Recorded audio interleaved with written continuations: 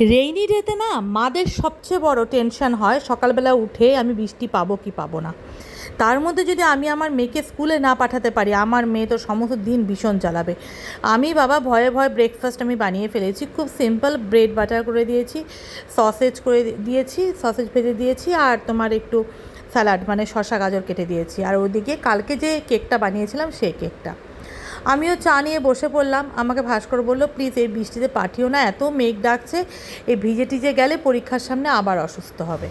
গতকাল রাতে আমাকে বলেছিল যে আমি তো ব্রেকফাস্ট নেব না, তাই ভাবলাম ঠিক আছে ব্রেকফাস্ট নেবে না। তো সকালবেলাতে আমি যেরকম অ্যাজ ইউজুয়াল উঠে গেছি 6টার সময়, উঠে দেখি প্রচণ্ড বৃষ্টি পড়ছে। তো মেয়েকে সেভাবে আমি স্কুলে পাঠাতে পারবো না, টিফিন সবই রেডি করে ফেলেছি। তো রেডি করার পরে তারপরে আমি বললাম, ভাস্কর আমি তো উঠে গেলাম, কি করব তোমাকে, তাহলে আমি ব্রেকফাস্টটা করে দিই। ফটাফট করে দিলাম। ওই ভোলা ভেটকি এনেছিল, তার ঝাল করেছি, একটা ইলিশ মাছের মাথা দিয়ে মিষ্টি কুমড়ো দিয়ে করেছি। আর মিমির জন্য মানে মেয়ের জন্য করছি ডাল, আর হলো চিকেন ফ্রাই করে দেবো। ম্যারিনেট করে রেখেছি চিকেন, ফ্রাই করে দেবো। রাত্রেবেলা ভাস্কর বললো চিকেন স্যালাডই খাবে, তার জন্য। এই জামাটা কিন্তু এটা নতুন, এটা শাশুড়ি মার জন্য কিনেছিলাম, এটা ফ্রক। দেখো, দেখলে বুঝতে পারবে। তো শাশুড়ি মা বললো যে এটা তুমি পরো, ওরা একটু মানে হয়ে যাচ্ছে, বড় হয়ে যাচ্ছে অতিরিক্ত, তার জন্য আমি বললাম মার জন্য একটা নতুন মানে অর্ডার করে দিয়েছি, অন্য রকমের, অন্য কালার। ওটা দেখাবো, ওটা মসুর ডাল, ডার্ক মসুর ডাল কালারের। খুব সুন্দর লাগছে, ওকে মানিয়েছে। যাকে আবার তুমি এটা পড়ো। হ্যাঁ, বললো আমাকে, বলে তুমি এটা পড়ো। আজকেই পরলাম প্রথম, তো পরে আছি। আগে কোনোদিন জামা পরতাম না, এই প্রথম বিয়ের পর আমি জামা পরা শুরু করলাম। মানে বিয়ের আগে তো তা তো ঠিকই, রেস্ট্রিকশন নাই তো।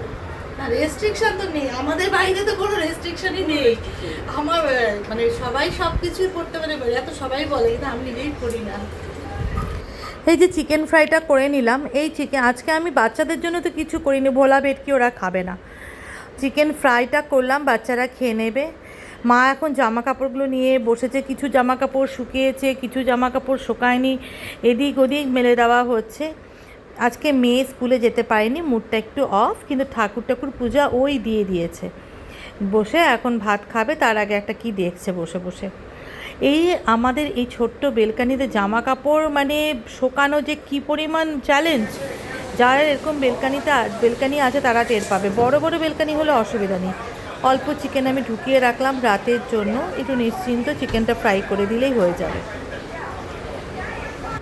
রাতে বানাবো হচ্ছে চিকেন স্যালাড। তো সেই স্যালাডের চিকেন আমি কেটে রেডি করে রেখেছি। এখন আমি সেদ্ধ করে নিচ্ছি, সেদ্ধ করে নিয়ে না রাতের জন্য রেডি করে নেব। 4-5 কোয়াই চিকেনের ক্লোভ দেবো রসুনে। বিকেলের জন্য মুড়ি মাখলাম, কিন্তু ভিডিওটা ঠিক করে করতে পারিনি। ছেলেকে বলেছিলাম, আমার ছেলের ভীষণ ধৈর্যের অভাব, কোনো কাজই ও ধৈর্য ছাড়া মানে ভীষণ ধৈর্য কম মানে ব্যাপারটাও, তো করতে পারলো না। আর কি বলবো, আমি এখন নিজেই করলাম এভাবে। ভিডিওটা ঠিক মতন হয়নি, বুঝতে পারছি।